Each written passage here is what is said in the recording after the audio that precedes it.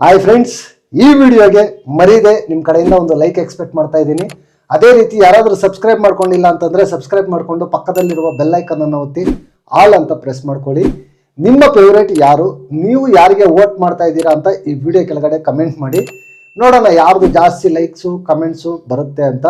End of the day ಗೊತ್ತಾಗುತ್ತೆ. ಗುರು, ಈ ವಾರ ಒಂದು ಶಾಕಿಂಗ್ ಎಲಿಮಿನೇಷನ್ ಇರೋದಂತೂ ಗ್ಯಾರಂಟಿ. ಸ್ಟ್ರಾಂಗ್ ಪರ್ದೆ ಆಚೆ ಬರ್ತಾರೆ ಅಂತ ಯಾಕೋ ನನ್ನ ಗಟ್ ಫೀಲಿಂಗ್ ಹೇಳ್ತಾ ಇದೆ. ಅದರಲ್ಲೂ ಈ ವಾರ ರಕ್ಷಿತಾ ಫ್ಯಾನ್ಸ್ ಕೈಯಲ್ಲಿ ಎಲಿಮಿನೇಷನ್ ಇದೆ ಅಂತ ನನಗೆ ಅನ್ನಿಸ್ತಾ ಇದೆ ಗುರು. ಯಾಕಂತಂದ್ರೆ ರಕ್ಷಿತಾ ಅದು ಹ್ಯೂಜ್ ವೋಟ್ ಬ್ಯಾಂಕ್ ಇದೆ. ಈ ವಾರ ರಕ್ಷಿತಾ ನಾಮಿನೇಷನ್ಸ್ ಅಲ್ಲಿ ಇಲ್ಲ. ಆದ್ರಿಂದ ರಕ್ಷಿತಾ ಫ್ಯಾನ್ಸು ಯಾರಿಗೆ ವೋಟ್ ಮಾಡ್ತಾ ಇದ್ದಾರೆ ಅನ್ನೋದೇ ಯಕ್ಷ ಪ್ರಶ್ನೆ. ಈಗ ಅವ್ರು ಯಾವ ಕಡೆ ಬೇಕಾದರೂ ವೋಟ್ ಮಾಡಿ ಯಾರನ್ನ ಬೇಕಾದರೂ ಅವ್ರಿಗೆ ಆಪೋಸಿಟ್ ಇರೋರನ್ನ ಎಲಿಮಿನೇಟ್ ಮಾಡೋದು ಅವರ ಕೈಯಲ್ಲಿದೆ. ನೋಡೋಣ ರಕ್ಷಿತಾ ಫ್ಯಾನ್ಸು ಯಾರಿಗೆ ವೋಟ್ ಮಾಡ್ತಾ ಇದ್ದೀರಾ ನೀವು ಈ ವಿಡಿಯೋ ಕೆಳಗಡೆ ಕಾಮೆಂಟ್ ಮಾಡಿ, ಗೊತ್ತಾಗುತ್ತೆ ಯಾರಿಗೆ ವೋಟ್ ಮಾಡ್ತಾ ಇದ್ದೀರಾ ಅಂತ ಅಂದ್ಬಿಟ್ಟು. ಗುರು, ಈ ವಾರ ಬಿಗ್ ಬಾಸ್ ಮನೆಯಿಂದ ಆಚೆ ಹೋಗೋದಕ್ಕೆ ನಾಮಿನೇಟ್ ಆಗಿರೋದು ಟೋಟಲ್ ಆಗಿ 8 ಜನ ನಾಮಿನೇಟ್ ಆಗಿದ್ದಾರೆ.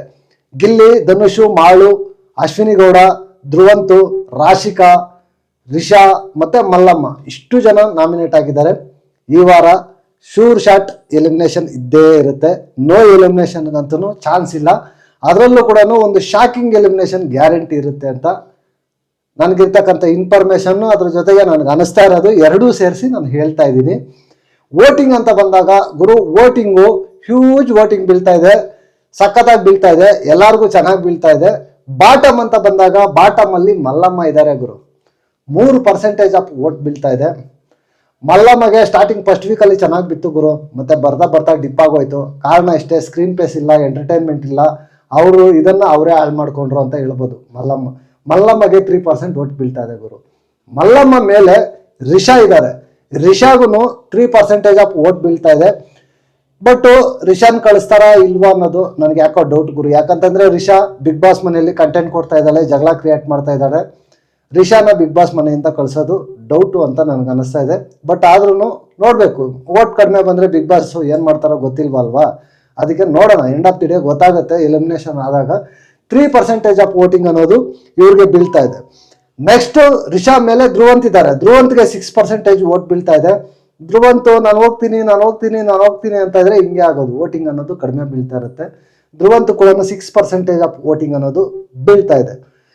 ನೆಕ್ಸ್ಟು ಅಶ್ವಿನಿ ಗೌಡ ಮತ್ತೆ ರಾಶಿಕಾ ಶೆಟ್ಟಿ, ಇವರಿಬ್ಬರಿಗೂ ಕೂಡ 9% ವೋಟ್ ಬೀಳ್ತಾ ಇದೆ ಗುರು. ಇವರು ಸೇಫ್ ಅಲ್ಲಿ ಇದ್ದಾರೆ ಅಂತ ಹೇಳ್ಬೋದು. 9% ಅಂತಂದ್ರೆ ಸ್ವಲ್ಪ ಕಡಿಮೆ ಆಯ್ತು, ಬಟ್ ಆದ್ರೂ ಕೂಡ ಓಕೆ ಅಂತ ಹೇಳ್ಬೋದು. ಇನ್ನು ಟಾಪ್ ಅಂತ ಬಂದಾಗ ಟಾಪ್ ಹತ್ರದಲ್ಲೂ ಕೂಡ ಯಾರು ಇಲ್ಲ ಗುರು, ಅಷ್ಟು ಹ್ಯೂಜ್ ವೋಟಿಂಗ್ ಬೀಳ್ತಾ ಇದೆ. ಗಿಲ್ಲಿ ಇದ್ದಾನೆ ಗುರು ಟಾಪ್ ಅಲ್ಲಿ. ಗಿಲ್ಲಿಗೆ ಎಷ್ಟು ಬೀಳ್ತಾ ಇದೆ ಅಂತಂದ್ರೆ 38%, ಹತ್ತತ್ರ 40% ಅನ್ಕೊಳ್ಳಿ, 2% ಡಿಫ್ರೆನ್ಸು.